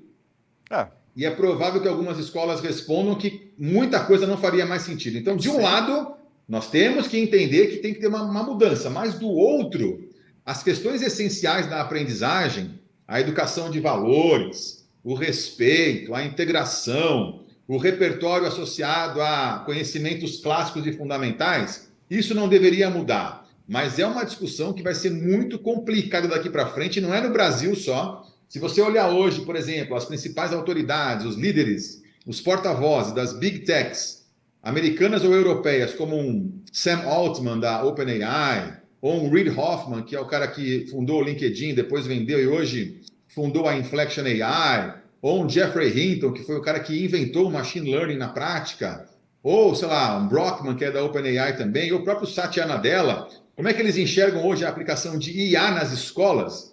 E o MIT tem sido um grande palco para discutir esses temas no dia a dia em eventos. Vai ter que ter alguma revolução fundamental, porque essas ferramentas, elas vão, de alguma forma ou de outra, se bem usadas, ampliar o potencial de inteligência humana, esse é o lado bom, de uma forma nunca antes imaginada. Repito, o que era impossível fazer há 10 meses que a gente pode fazer hoje em dia? Mas, ao mesmo tempo que elas fazem isso, elas criam aquele risco fenomenal para as pessoas que vão ficar, entre aspas, mais preguiçosas ou não vão querer pensar, que é uma coisa que acontece com qualquer tecnologia. Com a calculadora que fazia aritmética, a gente tinha essa preocupação, não tinha? Com o gravador de voz, com o rádio, com a TV. Então, repensar a educação hoje é um dos maiores desafios. Eu tenho escutado esses líderes falando muito sobre isso nas mais diversas esferas, e é um desafio para o mundo inteiro, não é só para nós aqui no Brasil, não. Perfeito. E aí, o pessoal que está assistindo a gente aqui, Me permita e me perdoe pelo trocadilho que eu vou fazer aqui, mas na educação você continua tendo que, às vezes, escolher que a metodologia não vai ser Piaget, vai ter que ser Pinochet, vai ter que ser na marra para fazer com que as coisas aconteçam. Porque nem sempre você vai ter um engajamento se não for algo que seja obrigatório. E aí gostaria até, e aí depois, Vitor, você me corrige se você pensar diferente, mas eu penso que muitos dos cursos obrigatórios deveriam ser de soft skills, como inteligência emocional, por exemplo. A gente percebe aqui, né, nós temos milhões de usuários, né, de alunos que utilizam a nossa plataforma. Aqueles que buscam mais soft skills, olha só, aqueles que buscam mais soft skills, depois passam a buscar mais hard skills, porque essa competência de buscar o lifelong learner, de aprender sempre, ela começa no soft skills e não no hard skills. Não sei se você concorda comigo, Vitor.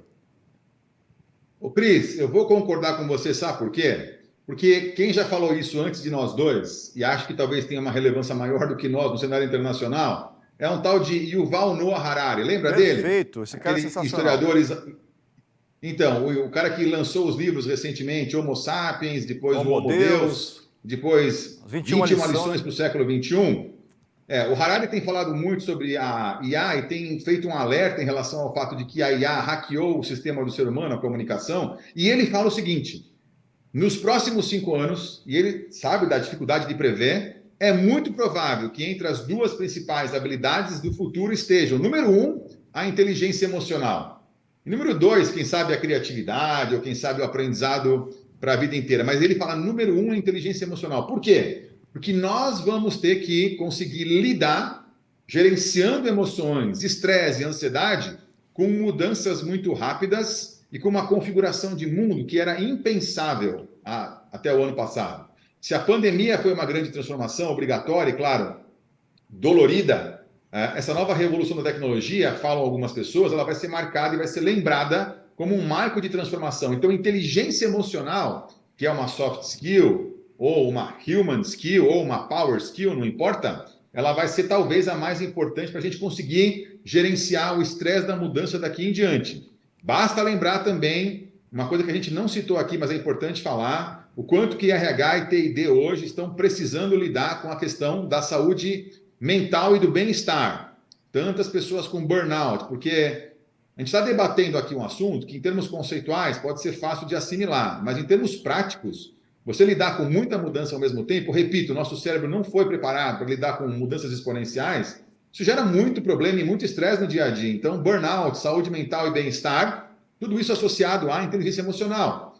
E para fechar, a gente sabe que na trajetória de carreira de qualquer pessoa, você vai até um certo nível usando competências técnicas, mas você não passa desse nível, não sobe mais, se você não tiver desenvolvido as competências soft ou emocionais ou humanas para poder se relacionar, para inclusive saber fazer política e fazer o esforço de persuasão e influência nas empresas.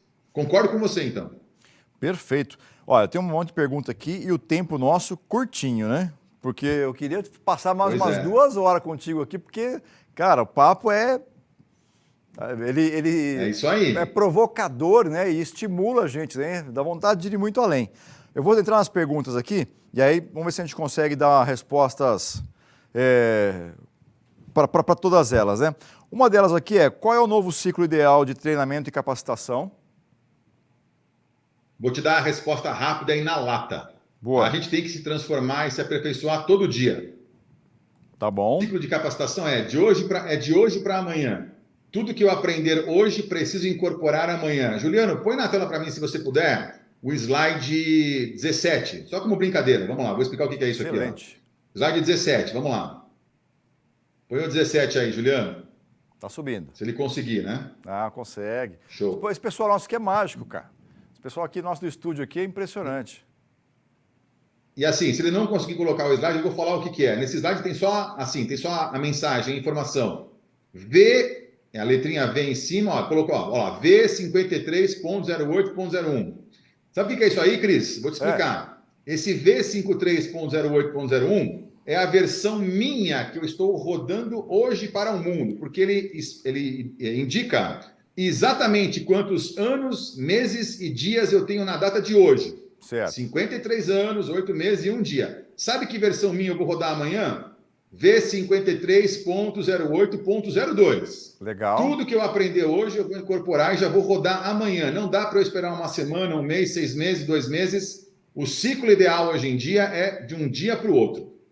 Perfeito, perfeito. Gostei muito dessa maneira de olhar. E é mesmo, né? Porque a gente aprende todo dia e com esse aprendizado é como assistir um filme 2 vezes, né? Muitas pessoas não têm muita paciência de assistir o mesmo filme 2, 3, às vezes 4 vezes. Eu falo que aquele Divertidamente, e sem exagero, eu já assisti ele 45 vezes. Você pode falar, cara, né? Que exagero. Nossa. Porque cada vez que eu assisto Divertidamente, eu descubro algo diferente, porque a minha versão que está assistindo aquele filme é outra versão a cada vez que eu assisto. Cara, eu vou então te dar uma sugestão para todos os nossa plateia aqui hoje. Assistam o filme que ganhou os 7 Oscars esse ano, Tudo em Todo Lugar ao mesmo tempo, muitas vezes. Se vocês querem ver um filme que fala do mundo moderno e fala do que vai acontecer daqui em diante, assistam esse. E muitas vezes, tá? Porque ele é bem profundo. Perfeito. Posso para a próxima pergunta? Bora? Como os profissionais de RH e TI&D podem equilibrar a necessidade de avanço tecnológico do high-tech com a essência humana do high-touch? Essa pergunta aqui é justamente a explicação que eu fiz daquele mapa crítico ou mapa estratégico, que Perfeito. é a gente repensar o que nós vamos continuar fazendo, que é essencialmente humano, como, por exemplo, dar vida a uma experiência de trabalho. Então, o ser humano é quem vai animar a experiência, animar no sentido de entregar vida à experiência e tudo aquilo que as máquinas ou sistemas podem fazer por nós, sem prejuízo da nossa humanidade. Então, é de redesenhar o mapa crítico ou o mapa estratégico, que por si só não é um trabalho muito fácil, mas eu continuo acreditando que aquilo que é essencial do ser humano vai perdurar, vai permanecer. O que nós temos que fazer é só redesenhar o que vem a ser isso, tá? Tá bom. Próximo aqui, ó. Quais estratégias podem ser usadas para reter talentos em um mundo em constante mudança? Aqui eu vou juntar algumas respostas que a gente foi falando. A primeira, eu repito, é garantir que o seu EVP, o seu Employer Value Proposition, está adequado, para que as pessoas sintam vontade de estar com você. A segunda é você, quando atrai, né, quando você identifica, atrai, contrata e está preocupado em reter e manter um talento, fidelizar esse talento, é você oferecer para os talentos coisas similares àquelas que as trilhas de trainees que eu comentei oferecem. Número 1 é a capacidade ou a oportunidade para se autodesenvolver, com treinamento e com a perspectiva de gerar resultados para a empresa. Número 2 é a capacidade de você estar trabalhando, juntando 3 fatores. Prazer. O prazer é a satisfação, é a emoção de você gostar do que você faz no ambiente que você está. O segundo é engajamento, que é você ser capaz de enxergar os resultados do que você faz. E o terceiro é significado, ou seja, você está alinhado com um propósito ou algo maior do que simplesmente o seu dia a dia na sua empresa. Isso pode acontecer com mais qualidade se você usar ferramentas de IA para hipercustomizar a jornada de um colaborador. Então, você vai hipercustomizar o onboarding do colaborador, vai hipercustomizar toda a gestão de jornada e as ferramentas de IA vão ajudar nesse sentido, inclusive aquelas que estão associadas a pesquisas de pulso ou de clima emocional, clima organizacional, para que você possa ser assertivo para tomar decisões quando você perceber que tem alguma queda de engajamento, tem alguma queda do sentido de felicidade ou prazer e tem alguma queda do pertencimento. Então, os princípios fundamentais, prazer, engajamento e significado, eles podem ser melhor gerenciados com a hipercustomização por tecnologia da gestão da jornada do colaborador. Perfeito. Aí tem um comentário que o Luiz Carlos Andrade fez aqui com a gente no chat aqui, até coloquei ele na tela para a gente, né? Que ele fala que sobre educação tem um ponto muito importante que não pode ser deixado de lado, que é a curadoria. Falando daquilo que a gente comentou agora há pouco, né? Dos cursos obrigatórios, enfim, dos conteúdos. Muito bem, muito obrigado pela participação do Luiz Carlos. Acho que tem até uma pergunta depois dele aqui, a gente sobe daqui a pouco para a resposta, tá? Vamos lá, próxima. Como a cultura organizacional precisa evoluir para apoiar a inovação e a adoção de novas tecnologias? Eu vou falar aqui de 2 ou 3 coisas que a cultura deveria incorporar para poder apoiar a inovação e a adoção. Claro que cultura por si só é um tema super complexo, mas entre as principais eu acho que estão algumas, que são as seguintes. Número 1 é a cultura, eu não vou chamar de tolerância ao erro, mas de aprendizagem com os eventos, porque a gente fala que é assim, mas na prática a gente vê que não é. Então, primeira coisa, para eu poder adotar a tecnologia e ser inovador, eu preciso efetivamente ter uma cultura em que isso possa acontecer. Então, quando eu fizer alguma coisa, e entre aspas, ela pode ser vista como erro eventualmente, mas eu vou chamar de evento, a minha cultura tem que ser de aprendizado o mais rápido possível com os eventos que não geram os resultados que eu quero. E eu estou repetindo aquilo que parece óbvio, mas não é, porque na prática a gente não vê muito acontecer isso. Segundo, tem que ser uma cultura da agilidade. Se tem um assunto que eu tenho falado muito em eventos, é gestão ágil de projetos ou metodologias ágeis. Então, nós temos que estar acostumados, né? O mindset, a mentalidade de mudança rápida, e temos que aprender a fazer entregas, de acordo com o que fala, né? Na gestão ágil de projetos, entregas fracionadas de uma entrega maior, né? Que é o todo da entrega, para que eu possa fazer ajustes constantes se eu estiver indo no caminho errado. E aprender a fazer entregas fracionadas tem a ver com a gente saber fazer Kanban, que é uma ferramenta, saber fazer Scrum, que é um método, saber compor squads, que são as equipes dos projetos ágeis, saber fazer sprints, que são as arrancadas da agilidade, porque se a gente não tiver baseado os nossos projetos numa gestão ágil, eu corro o risco de imaginar que no final de um ano, se eu estabelecer uma meta agora, a meta vai ter permanecido a mesma e não vai ter mudado nada. Então, número 1, é eu aproveitar os eventos, que a gente chama de erros às vezes, e aprender muito rápido. Número 2, incorporar a gestão ágil de projetos, se a gente já não fez isso, RH principalmente. Eu estou acompanhando 2 ou 3 projetos de implementação de gestão ágil em áreas de recursos humanos, áreas gigantes e áreas menores, tá? E por último, é efetivamente a cultura do ESG e do respeito ao ser humano, que em alguns lugares também está só na parede, mas na prática deveria estar no dia a dia.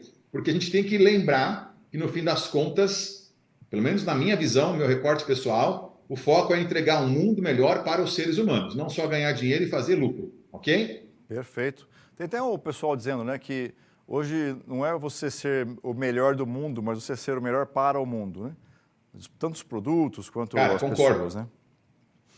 Concordo. Bom, vamos lá. 100%. Boa. Então, uma pergunta aqui do Dora, que o Dora mandou para a gente aqui, deixa eu projetar na nossa tela aqui. O Dora está dizendo o seguinte: o presente de alguns hoje será o futuro de muitos amanhã. Como você vê a linha do tempo entre o mercado hoje e no futuro próximo? Isso eu acho que está ligado, né? O que o Dorian, é isso? Dorian. Ok, Dorian. O Dorian Está ligado com um é descompasso. presidente do conselho nosso aqui. Está acompanhando a gente lá. Então, Dorian, prazer em receber a sua pergunta. Eu acho que o que você está afirmando, analisando aí, é justamente um eventual descompasso. Porque a gente tem que lembrar que, Brasil, por exemplo, é um país continental, nós estamos falando aqui de questões, de conceitos, de premissas que, em alguns casos, estão só acessíveis a um nicho de pessoas. Por exemplo, né, a gente fazer uma videoconferência e ter uma ferramenta computacional para se comunicar à distância, no nosso país que é continental, e eu estava viajando muito a semana passada, isso demonstra que nós estamos numa bolha, por enquanto ainda, e num nicho de acesso, que é o tal do apartheid digital. Então, o que acontece hoje, que para nós parece presente, em termos de adoção, para algumas pessoas talvez demore muito para chegar, e para alguns mercados demore muito para chegar. Como é que a gente resolve isso? Acho que nesse caso particularmente, está muito associado com um assunto que eu não costumo tratar muito, mas são as chamadas políticas públicas, e são as estratégias nacionais, as estratégias de país. Então, a gente eliminar o descompasso de adoção daquilo que é positivo e que está sendo adotado, né, em ritmos diferentes, em nichos diferentes, acho que a solução disso passa por políticas públicas. Em termos corporativos, eu vou fazer o inverso, tá? Acho que as empresas que hoje querem ser ambidestras, elas têm que fazer o esforço visionário. E não é o esforço visionário de adivinhar o que vai acontecer no futuro. Eu gosto muito de uma frase do Peter Drucker, que é a seguinte: a melhor forma de você prever o futuro é você inventar o futuro. Perfeito. Vamos começar a inventar esse futuro agora. Perfeito, concordo contigo. Tem uma pergunta também que veio aqui do Luiz Carlos. A gente estava falando um pouco mais aqui para trás, falando sobre o ChatGPT, e aí ele mandou aqui, né? E o ChatGPT, então, ele passa no teste de Turing? que descobriu lá o enigma? Luiz Carlos, vamos com todo cuidado, tá bom? A gente tem que ter o rigor de uma análise científica. Eu vou te dar um exemplo prático. Outro dia eu produzi um texto com o Chat GPT e eu levei o texto numa palestra que eu dei sobre habilidades do futuro. E eu projetei o texto para as pessoas e eu perguntei para elas, pessoal, o que vocês acham? O texto foi feito por um super sistema computacional ou por um ser humano? E naquela ocasião, isso tem alguns poucos meses, metade das pessoas acreditou que tinha sido feito por um ser humano. Desse ponto de vista, este produto do ChatGPT passaria no chamado teste de Turing. Mas eu não vou estender as conclusões de forma generalista para tudo que o ChatGPT produz, porque eu acho que não faz sentido, teria que ter mais rigor. Mas para as aplicações práticas do dia a dia, vou dar um outro exemplo, não só o ChatGPT, nas minhas palestras também eu mostro muita ilustração. E hoje em dia, 80% delas produzidas pelo aplicativo Midjourney. E não é comercial, é só para constatar o fato. E se eu não falar para as pessoas, não comentar com elas que as ilustrações foram feitas por um aplicativo, elas eventualmente saem da palestra achando que foram feitas por um designer ou um artista humano. Da mesma forma, então, elas estão passando no chamado teste de Turing, num caso particular dele. E recentemente aí teve uma convenção na Europa onde alguns robôs humanoides, inclusive a Sofia, que é uma das robôs mais famosas, foram lá para declarar que eles não querem substituir os seres humanos. Mas se você olhar hoje, onde estão indo, para que caminho estão indo os robôs humanoides, cada vez mais estão conseguindo simular a conversa como se fossem seres humanos e, portanto, os outros humanos do outro lado, de uma forma ou de outra, não é que vão ser enganados, não vão perceber a diferença. Mas sempre com cuidado aí dos limites do teste de Turing, tá? Boa. Última pergunta, até porque eu estourei o tempo aqui, tô abusando do seu tempo hoje. Ó, vamos lá, tá demais, vamos nessa. Opa, os comentários aqui, realmente tá todo mundo adorando, viu, Vitor? Se você pudesse dar um superpoder tecnológico, né, para cada membro da sua equipe de RH, qual seria e por quê? Eu vou dar a resposta a essa pergunta criativa da seguinte maneira. Eu vou falar 2 ou 3 sugestões, né? E uma delas está associada àquele filme que eu falei antes, que é o Tudo em Todo Lugar ao Mesmo Tempo. Pessoal, vão lá e assistam o filme, mas sem dar spoiler, tá? A base do roteiro do filme é que a protagonista do filme consegue assumir habilidades instantaneamente para resolver problemas. Então, um primeiro superpoder que eu daria para o pessoal de recursos humanos é ser capaz de distribuir para as pessoas habilidades sob demanda e de forma instantânea. Isso parece impossível? Na prática, não é. Se você levar em conta o que eu acabei de falar com o Cris, assim, evento inteiro, hoje eu tenho a habilidade de traduzir qualquer texto usando um chat GPT como apoio. Então, o primeiro superpoder é você ser capaz de distribuir habilidades sob demanda de forma instantânea. Segundo superpoder, e aí, é claro, tem todo o respeito às pessoas, mas eu queria que alguém fosse capaz de ser um motivador instantâneo também. Alguém que fosse capaz de identificar, claro, com base em qualquer recurso tecnológico, quais são as razões e motivos que fazem alguém estar passando por uma situação difícil e a melhor coisa que você pode fazer ou falar para ajudar aquela pessoa a gerenciar aquele estado emocional, para que ela possa evoluir com mais tranquilidade. E o terceiro superpoder que eu daria para alguém de recursos humanos é ser capaz de enxergar de forma matemática perfeita a correlação entre o que a gente faz no dia a dia em RH e TID com os resultados globais da empresa, porque seria muito mais fácil ir na reunião do conselho e justificar a tua existência lá para o presidente, para o CFO, né, o Chief Financial Officer, que acho que é um desafio geral de RH e TID. Concordo com você. Até porque são perfis muito diferentes, né? Quando você tem lá o CEO ou alguém do CFO olhando junto com o RH, às vezes a visão é de custo e não uma visão de investimento para um retorno, né? Exatamente. Meu amigo, para a gente encerrar aqui o nosso programa de hoje, que foi sensacional, cheio aqui de comentários, eu queria te perguntar quais recomendações aí de livros, de repente filmes, o que você recomenda para as pessoas? Alguns você já deu spoiler aí no meio do caminho. Vou dar algumas recomendações e fazer uma mensagem final, pode ser? Claro, por favor. Eu vou reforçar então o filme Tudo em Todo Lugar ao Mesmo Tempo, que eu acho que é uma leitura incrível e sensacional do que está acontecendo agora no mundo. Vou indicar para vocês o livro do Eric Schmidt, A Era da Inteligência Artificial. O Eric Schmidt foi o CEO da Google há um tempo atrás e ele, junto com o Henry Kissinger, escreveu um livro já um pouquinho de tempo atrás que explica, né, a perspectiva dele em relação ao que vai acontecer em termos de implantação de IA daqui para frente.